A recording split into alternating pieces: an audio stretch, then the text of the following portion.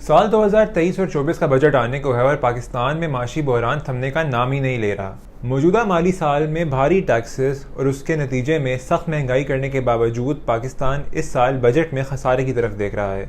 ऐसे में आने वाले साल की पेशन गोई गुजरे हुए साल से भी बदतर की जा रही है। दो सबसे बड़ी एक्सपेंडिचर्स यानी डेट सर्विसिंग और डिफेंस बजट को ऐड अप करके ही पाकिस्तान का अगले साल का रेवेन्यू पोटेंशियल एग्जॉस्ट हो जाता है। यानी अगले साल डेफिसिट की नहीं, बहुत बड़े डेफिसिट की तवक्को है। और इसके ऊपर अगर मुल्क डिफॉल्ट कर जाता है तो रही सही कसर भी पूरी हो जाएगी। बात की जाए मौजूदा माली साल की तो महंगाई ने आम आदमी की कमर तोड़ दी है, लेकिन फिर भी बजट का खसारा पूरा नहीं हो रहा। ये खसारा पूरा कैसे होगा? चंद माहिरीन से बात करने के बाद प्रॉफिट ने आपके लिए पाकिस्तान के पब्लिक अकाउंट्स में मौजूद चीदा मसाइल की निशानदही कर दी है। एक मसला जिसके ऊपर सबका इत्तेफाक है वो है सूबाई हिस्सा। NFC अवार्ड्स के तहत डिविजिबल पूल का तकरीबन 57% हिस्सा सूबों को जाता है। आज सूबे पाकिस्तान की GDP का सिर्फ 1% टैक्स इकट्ठा करते हैं। The corresponding number for the states of India is 6% of the GDP. That is the difference between our provinces and Indian states with similar fiscal powers. इसकी वजह यह है कि 18वीं तरमीम के बाद से अब तक सूबे अपने रेवेन्यू सोर्सेज बिल्ड ही नहीं कर पाए, जिसकी अपनी बहुत सी वजूहात हो सकती हैं। एग्रीकल्चर, प्रॉपर्टी और सर्विसेज टैक्स अपने हाथ में होने के बावजूद सूबाई हुकूमतों का मरकजी हुकूमत पर मुकम्मल इन्हसार रहता है। तो आखिर इस मसले का हल क्या है? इसको करेक्ट करना यहाँ से शुरू किया जाए कि NFC अवार्ड को अंडू किया जाए। The key thing now is to devolve and devolve further. एक और बड़ा मसला जो बजट खसारे से जन्म लेता है वो है पाकिस्तान के डोमेस्टिक डेट का। पाकिस्तान का एक्सटर्नल डेट तो उसका मसला है ही, लेकिन अगले साल की डेट सर्विसिंग में एक बहुत बड़ा हिस्सा डोमेस्टिक डेट का है। इस मसले का हल आसान नहीं है, लेकिन क्या वक्त नहीं आ गया कि पाकिस्तान अपने डोमेस्टिक डेट के ऊपर अगर डिफॉल्ट नहीं तो प्रीएम्प्टिव रिस्ट्रक्चरिंग की बात करना शुरू कर दे?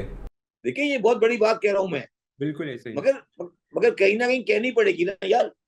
तो ये कौन करेगा, कौन कहेगा कि लोकल डेट के डिफॉल्ट के बारे में? मैं नहीं कह रहा कि डिफॉल्ट करें, तो मैं ये कह रहा हूं कि हमें कम से कम ये डिबेट तो स्टार्ट करनी चाहिए ना कि हम 57 ट्रिलियन का डेट सर्विस कर सकते हैं या नहीं कर सकते। इसी मसले से जुड़ा एक और मसला है फाइनेंस डिवीजन की मरकजी बैंक से मुशावरत का। स्टेट बैंक महंगाई को कम करने के लिए पॉलिसी रेट बढ़ा रहा है, जबकि दूसरी जानिब हुकूमत आम अशिया पर टैक्सेस बढ़ा रही है, जिससे महंगाई में साथ साथ इजाफा हो रहा है।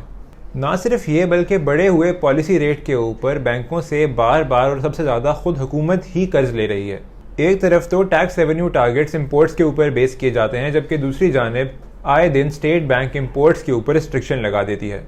मैं कहता हूं कि आपको एक पार्शियल हेयर कट लेना पड़ेगा इस लोकल डेट के ऊपर। एक और मसला है पाकिस्तान के पावर सेक्टर का।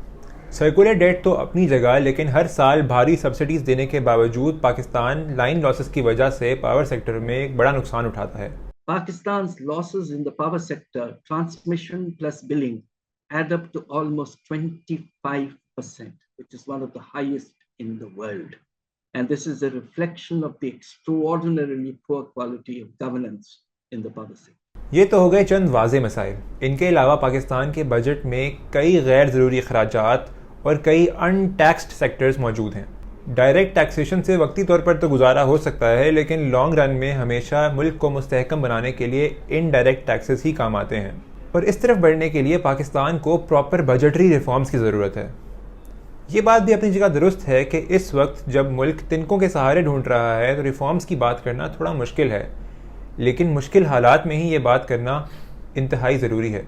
इन तमाम मसाइल के हल अगर इतने आसान होते तो फिर ये मसाइल ही ना होते, और चूँकि इनके हल मुश्किल हैं इसीलिए इन पर बात करना भी ज़रूरी है। उम्मीद करते हैं कि पाकिस्तान का आने वाला बजट महज एक अकाउंटिंग एक्सरसाइज ना हो, बल्कि पाकिस्तान में मौजूद आम आदमी को तरजीह देकर बनाया जाए।